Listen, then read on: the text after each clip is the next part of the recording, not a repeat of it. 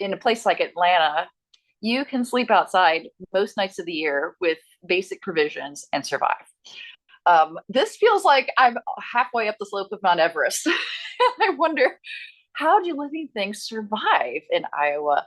You know, I've lived here for 13 years, but I still I'm just amazed that you have things like snakes and turtles here.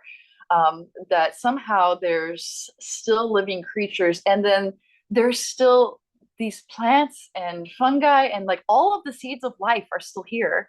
Um, when I look out, I see living things, even if they're in hibernation, even if they're in a barren state. Um, oh my gosh, can you imagine God looking at the void and then imagining all of the creation that would come forth from it? And oh, what a sacred act of noticing. And that's what I want to talk about in this class is the sacred act of noticing. So my gardens are multifaceted. Um, I have a front yard where I grow lots of medicinal herbs.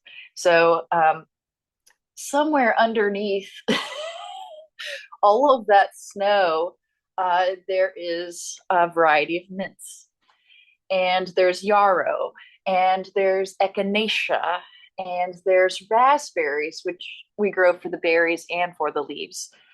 Somewhere over here, there are apple trees, and there are rose bushes, and so many different varieties of things. Not everything's edible. Sometimes things are just beautiful because it's delightful.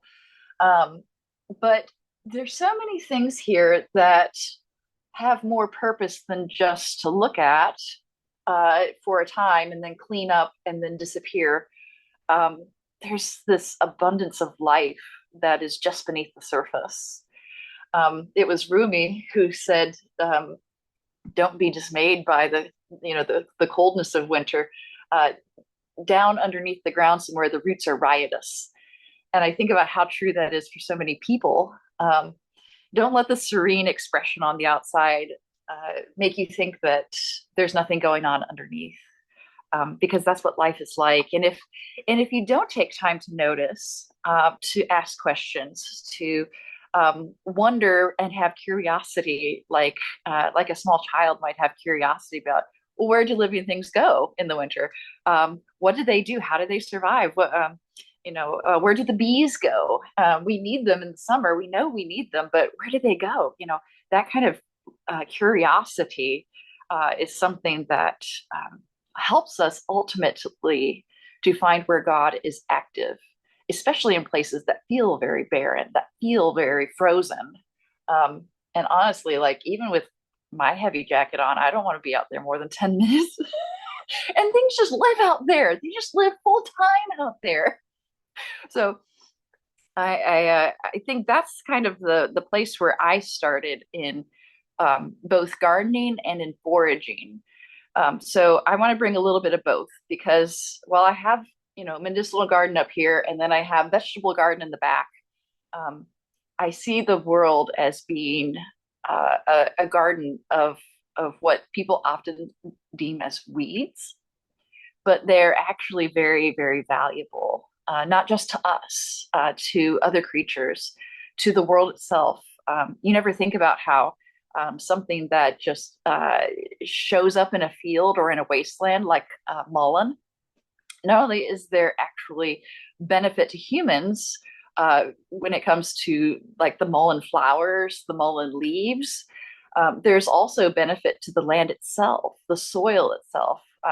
Speaking of things that we don't always notice where soil is depleted. We don't always notice where soil is fertile. And some of that noticing is taking notice in ourselves.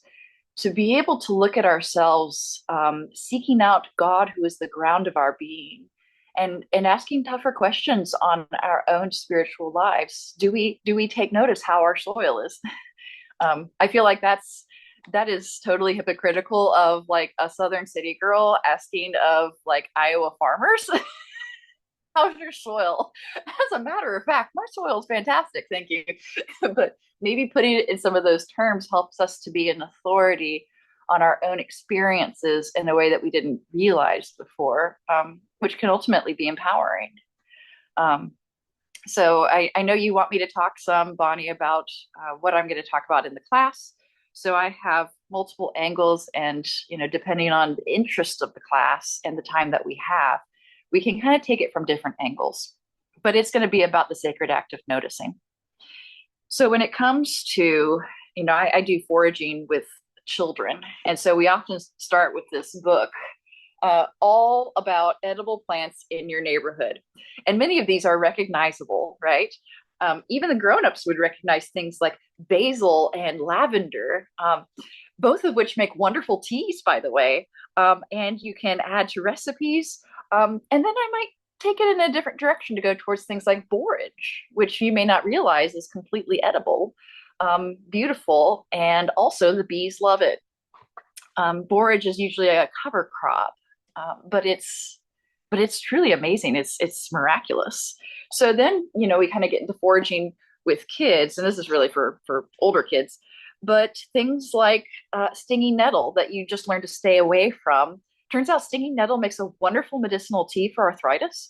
So shocking, but then you kind of like then you become a grown up, and then you're like, what? Peterson's field guides sound really great, and I have them for medicine, for wild edible plants. And what I find is that in the sacred act of noticing, I have to be acutely aware of little details. And this is where I think art and music and even something fun like doing puzzles, you have to become very discerning of the small things. You have to get real small. It helps even to have like a magnifying glass. And you have to look at exactly what kind of plant did you discover? Is it edible? Is it toxic? Is it going to make you hallucinate? Is it going to make you go to the hospital? Or is it going to be the most delicious thing ever? And so, going out into nature and looking for something like cattails.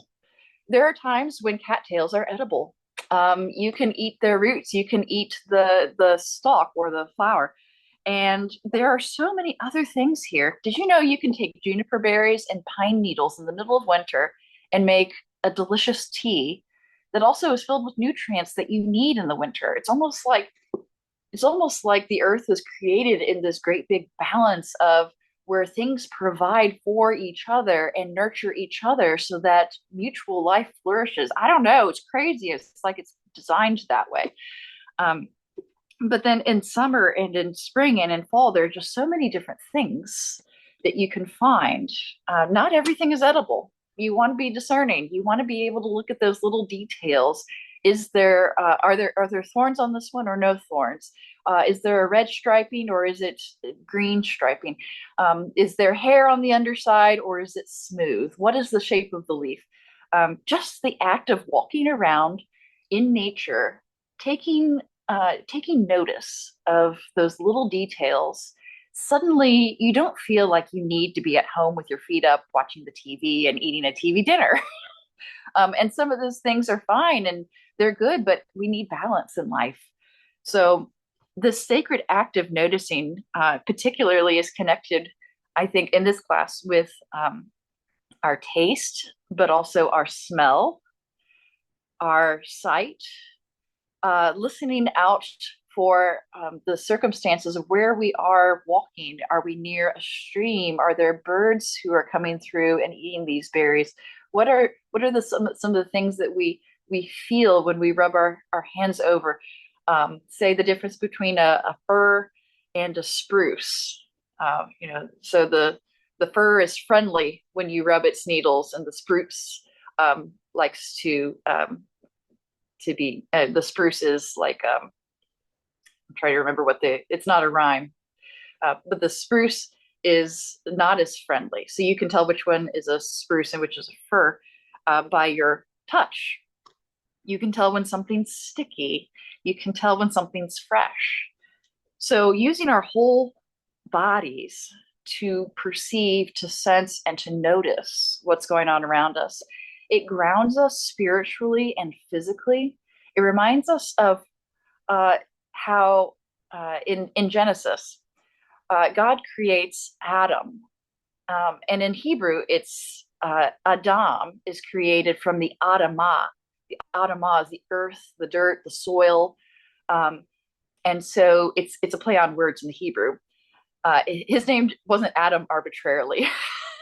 He's the Adam from the Adamah, and to be the offspring of Adam, both if you want to say spiritually and physically, then we must be part of the Adamah, the earth. We get our nutrients from the soil as well as the air.